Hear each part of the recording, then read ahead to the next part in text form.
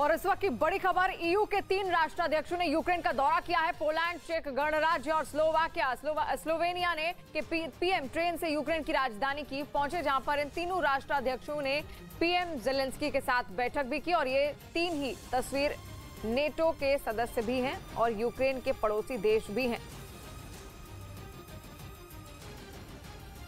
रूस ने हवाई हमलों में यूक्रेन की सेना के कई टैंकों को तबाह करने का दावा किया।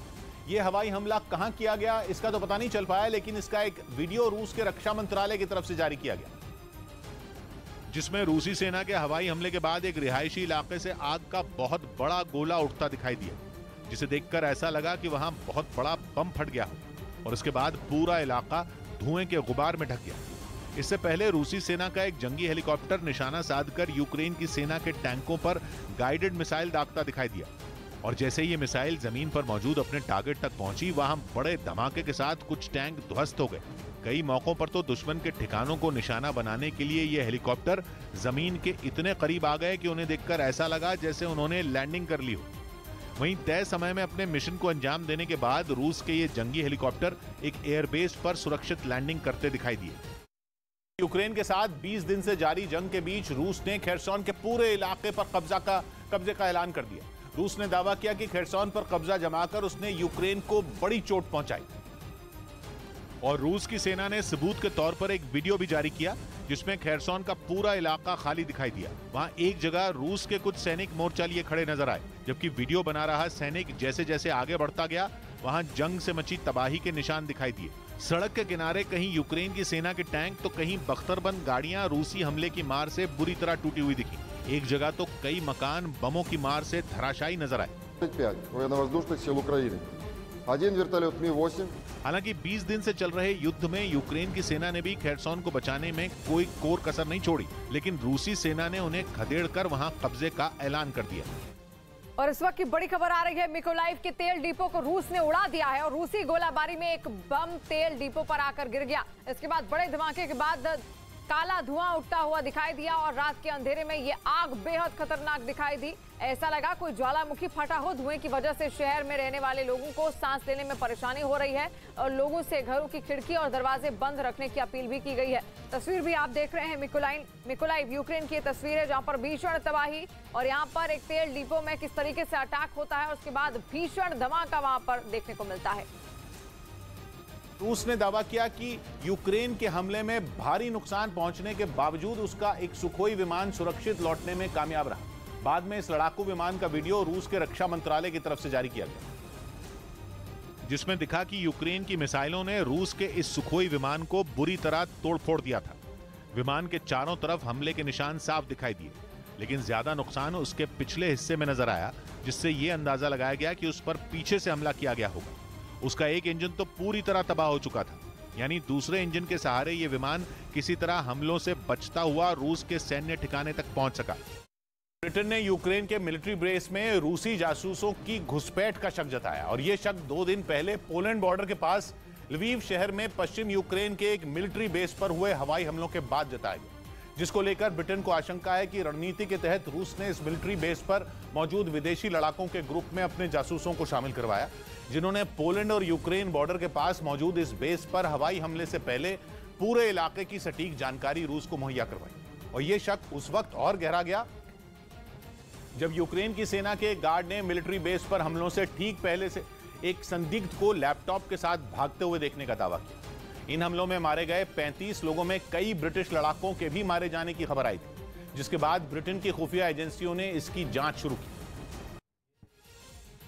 और इस वक्त की बड़ी खबर आ रही है, युद्ध के बीच यूक्रेन में पार्लियामेंट की इमरजेंसी सेशन बुलाया गया है और इस इमरजेंसी बैठक में 425 में से 350 एमपी मौजूद रहे। सभी एमपी ने पार्लियामेंट में खड़े होकर नेशनल एंथम गाया। उन्होंने अपने ऊपर लगे कार के इल्जाम से इनकार किया और रूस के खिलाफ लड़ने की बात कही। और इस सेशन के बाद जेलेंस्की यूक्रेन में और ज्यादा ताकतवर हो गए हैं, क्योंकि अब फैसले के पीछे पार्लियामेंट खड़ा है।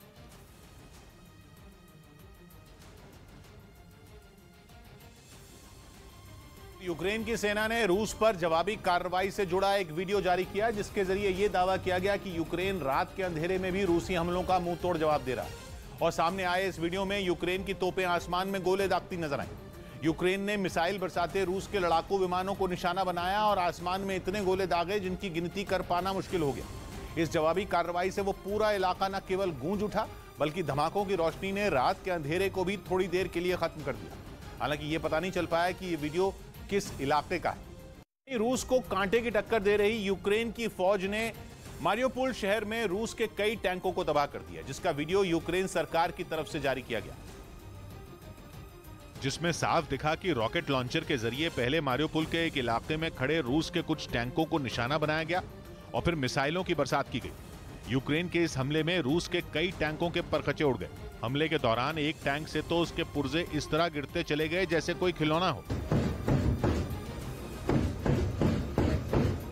रूसी फौज के टैंकों को तबाह करने के बाद की कुछ सैटेलाइट तस्वीरें भी सामने आईं, जिनमें जिस जगह पर रूस के टैंकों को नेस्तनाबूद कर दिया गया वहां से धुआं उठता नजर आया।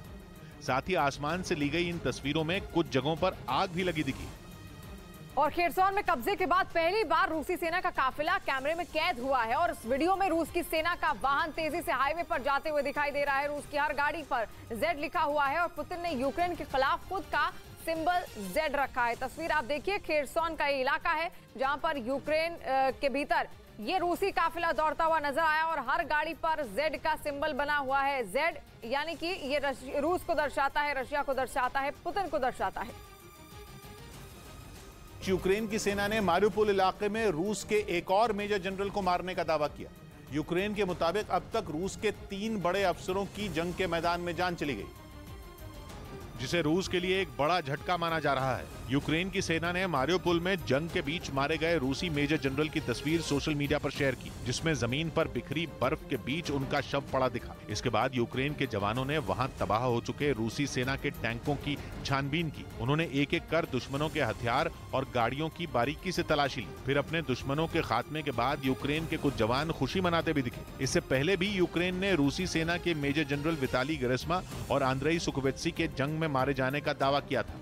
यूक्रेन की सेना ने जंग में रूस की आर्मी के कुछ जवानों को बंदी बनाने का दावा किया। उसने बंदी बनाए गए रूसी जवानों का एक वीडियो सोशल मीडिया पर भी शेयर किया, जिसमें 2 जवान जख्मी हालत में जमीन पर गिरे दिखे। उनके हाथ और पैर बंधे हुए थे, साथ ही उनके चेहरे पर चोट के भी काफी निशान दिखाई दिए। लेकिन तब भी यूक्रेन के सैनिक इन जख्मी रूसी जवानों से सवाल जवाब करते नजर आए। ज़ेलेंस्की की सेना ने इसी तरह के कुछ और वीडियो भी जारी किए, जिनमें बंधक बनाए गए रूसी सैनिकों को वहां के मीडिया के सामने पेश किया गया। दावा है कि इन सैनिकों ने मीडिया से बात करते हुए अपनी ही पुतिन सरकार का विरोध किया और यूक्रेन पर हमले को गलत बताया। Я жив, меня могли бы убить, но я жив, меня защищают здесь. Единственное, от чего я могу погибнуть, мам. हालांकि इसके बाद सोशल मीडिया पर यह चर्चा भी शुरू हो गई कि इन रूसी जवानों को यूक्रेन की सेना ने डराया और धमकाया और पुतिन सरकार के खिलाफ बोलने के लिए मजबूर किया।